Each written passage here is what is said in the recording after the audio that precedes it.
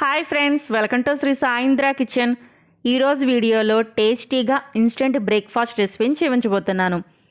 ఈ రెసిపీలో ఒక్క చుక్క కూడా ఆయిల్ని యూజ్ చేయకుండా ఇంట్లో టిఫిన్కి పిండి ఏమీ లేనప్పుడు అప్పటికప్పుడు ఈ రవ్వ అప్పంని తయారు చేసుకోవచ్చు. స్పంజీగా ఆయిల్ లేకుండా చాలా టేస్టీగా ఉండే ఈ రవ్వ అప్పంతో పాటు రుచిగా ఉండే చట్నీ రెసిపీని కూడా చూపించబోతున్నాను. ముందుగా ఈ రవ్వ అప్పం కోసం ఒక బౌల్లోకి 3/4 కప్పు వరకు అటుకుల్ని తీసుకొని వాటర్తో ఒకసారి కడిగితే అటుకుల్లో ఉండే డస్ట్ మొత్తం పోతుంది. ఇందులోకి 1 కప్పు బొంబాయి రవ్వను తీసుకొని 1 కప్పు వాటర్ని పోసుకోవాలి. వాటర్ని మరీ ఎక్కువగా పోయిన అవసరం లేదు. రవ్వ మునిగేంత వరకు వాటర్ పోసి 10 నిమిషాలు నానబెట్టుకోవాలి.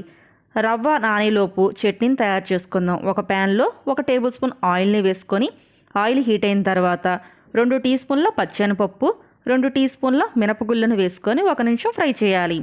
ఇవి కొంచెం ఫ్రై అయిన తర్వాత మీ కారాన్ని బట్టి 8 నుంచి 9 ఎండుమిర్చిని, కొంచెం కరివేపాకుని వేసుకొని ఎండుమిర్చిని 2 నిమిషాలు ఫ్రై చేసి 4 వెల్లుల్లి రెబ్బల్ని పైన పొట్టు తీసేసి వేసుకొని వీటిని కూడా ఒక 2 నిమిషాలు ఫ్రై చేయాలి.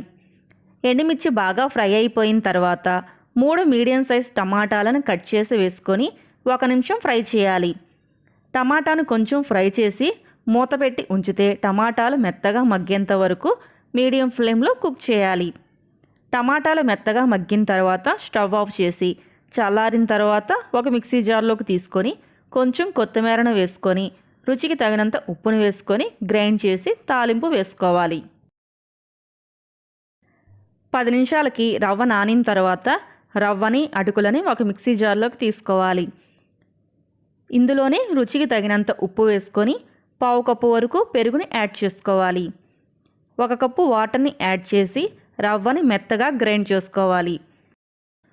రవ్వని దోసపిండిలాగా రవ్వ పలుకులు లేకుండా మెత్తగా గ్రైండ్ చేసుకోవాలి. ఇలా గ్రైండ్ చేసిన పిండిని ఒక గిన్నెలోకి తీసుకోవాలి. దోస స్పంజీగా రావాలంటే 1 టీ స్పూన్ ఈనో పౌడర్ని వేసుకుంటున్నాను. ఈనో పౌడర్లో 1 టీ స్పూన్ వాటర్ని యాడ్ చేయటం వల్ల ఈనో యాక్టివ్ అవుతుంది. అలాగే మనకి దోశలు కూడా చాలా స్పంజీగా వస్తాయి. ఈనో పౌడర్ లేకపోతే బేకింగ్ సోడానైనా యాడ్ చేసుకోవచ్చు. పిండి మరీ గట్టిగా ఉంటే వాటర్ని కలుపుకోవచ్చు. ఇప్పుడు స్టవ్ ఆన్ చేసి స్టవ్ పైన ఒక పెనాన్ని పెట్టుకొని హై ఫ్లేమ్లో పెనాన్ని బాగా కాలనివ్వాలి. పెనం బాగా కాలిన తర్వాత మంటని మీడియం ఫ్లేమ్లో పెట్టుకొని ఒక గెరిటె పిండిని పెనం పైనుంచి వేసుకొని పిండిని స్ప్రెడ్ చేయని అవసరం లేదు. పిండి పల్చగా ఉండటం వల్ల పిండి అదే కొంచెం స్ప్రెడ్ అవుతుంది. దోశ పైన బబుల్స్ ఫామ్ అయ్యేంత వరకు అలాగే ఉంచాలి.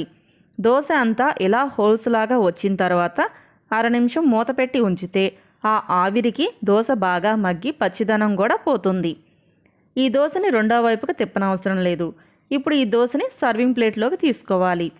ఒక దోశని తీసేసిన తర్వాత పెనాన్ని హై ఫ్లేమ్లో కాలనిచ్చి పిండి వేసేటప్పుడు మంటని మరలా మీడియం ఫ్లేమ్లో పెట్టుకుంటే దోశ పైన బబుల్స్ చక్కగా వస్తాయి.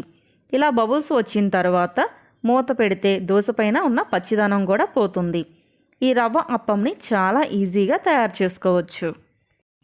మీకు ఈ రవ్వ అప్పం నచ్చినట్లయితే లైక్ చేయండి. మీరు ఒకసారి ఈ చట్నీతో రవ్వ అప్పంని ట్రై చేసి ఎలా వచ్చినాయో కామెంట్లో చెప్పండి. నా వీడియోస్ని ఫస్ట్ టైం చూస్తున్నట్లయితే నా ఛానల్ని సబ్స్క్రైబ్ చేసుకొని పక్కనే ఉన్న బెల్ ఐకాన్ మీద క్లిక్ చేయండి.